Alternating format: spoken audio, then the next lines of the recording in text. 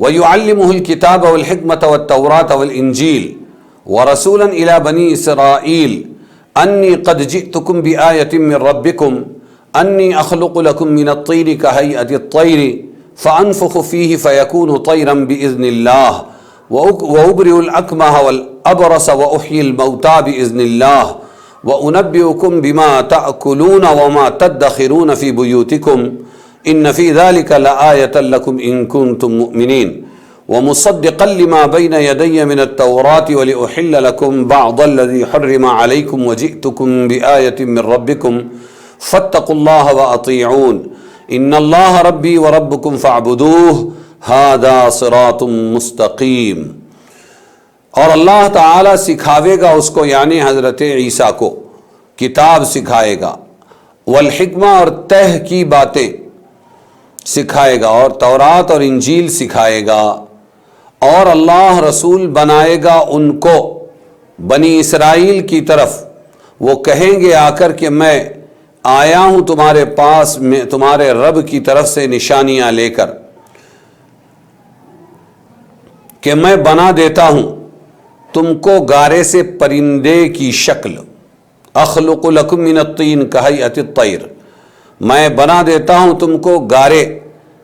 سے پرندے کی شکل، پھر اس میں پھونک مارتا ہوں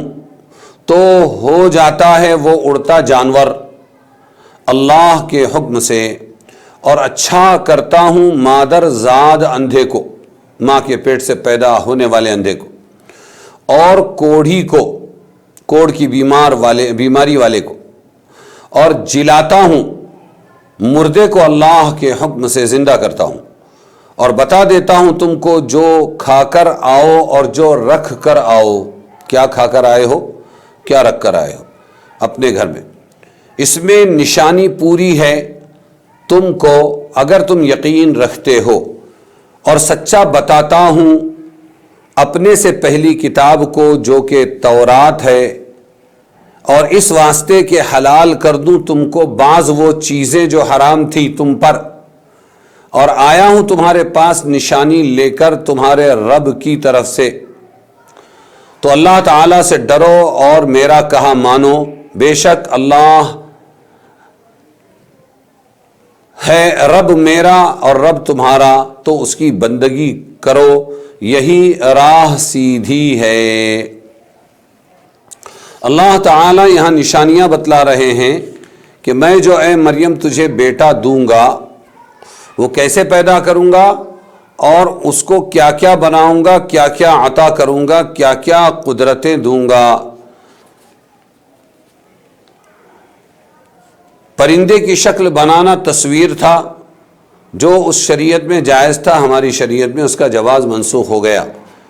وہ مٹی سے کوئی پرندے کی شکل بناتے، پھونک مارتے، اور وہ زندہ ہو کر اڑتا جانور بن جاتا تھا۔ ایسے ہی وہ مادرزاد اندھا کوئی ہوتا، اس پر کچھ پھونک دیتے، وہ دیکھنے والا بن جاتا۔ کوڑ کی بیماری ہوتی ہے تو جیسے سفید نشانات ہو جاتے ہیں بدن پر، ان کو اچھا کر دیتے تھے۔ مردہ لایا جاتا، پڑھ کے پھونکتے، وہ زندہ ہو جاتا تھا۔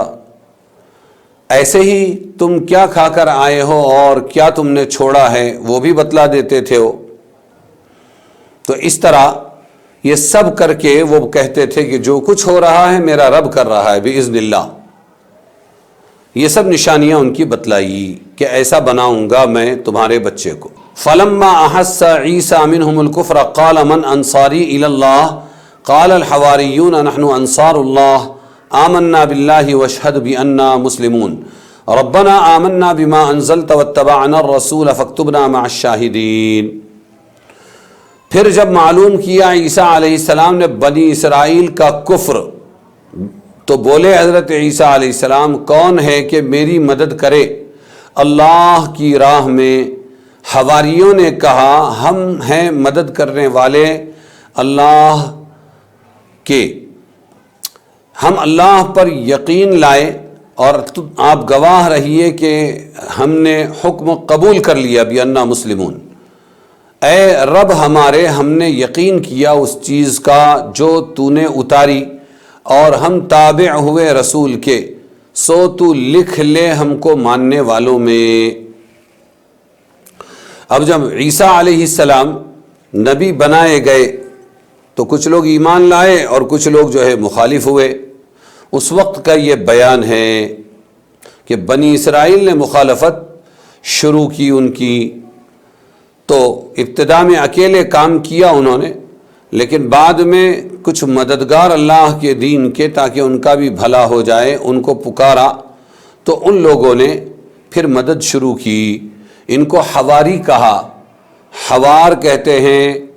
یہ حور سے ماخوذ ہے جس کے معنی سفیدی کے ہے، یا تو سفید کپڑے پہنتے تھے اس لیے حواری کہا، یا ان کا اندرون سفید تھا، دل کے صاف ستھرے تھے اس لیے ان کو حواری کا لقب دیا گیا۔ اور حضور صلی اللہ علیہ وسلم کے ساتھ دینے والوں صحابی کا لقب دیا گیا۔ مطلقاً مدد کرنے والے کو بھی حواری کہتے ہیں۔ تو ابتدا میں کوئی بھی داعی جب اٹھتا ہے، نبی اٹھتا ہے، تو اکیلا ہی اللہ کے دین کی دعوت دیتا ہے، اور پھر اس کے بعد اللہ تعالی اس کی مدد کے لیے لوگوں کو تیار کرتے ہیں۔ غور کیا جائے تو ہر کام ایسے ہی عزم و ہمت کو چاہتا ہے۔ میں اکیلا ہی چلا تھا جانب منزل، مگر لوگ آتے گئے اور کارواں بنتا گیا۔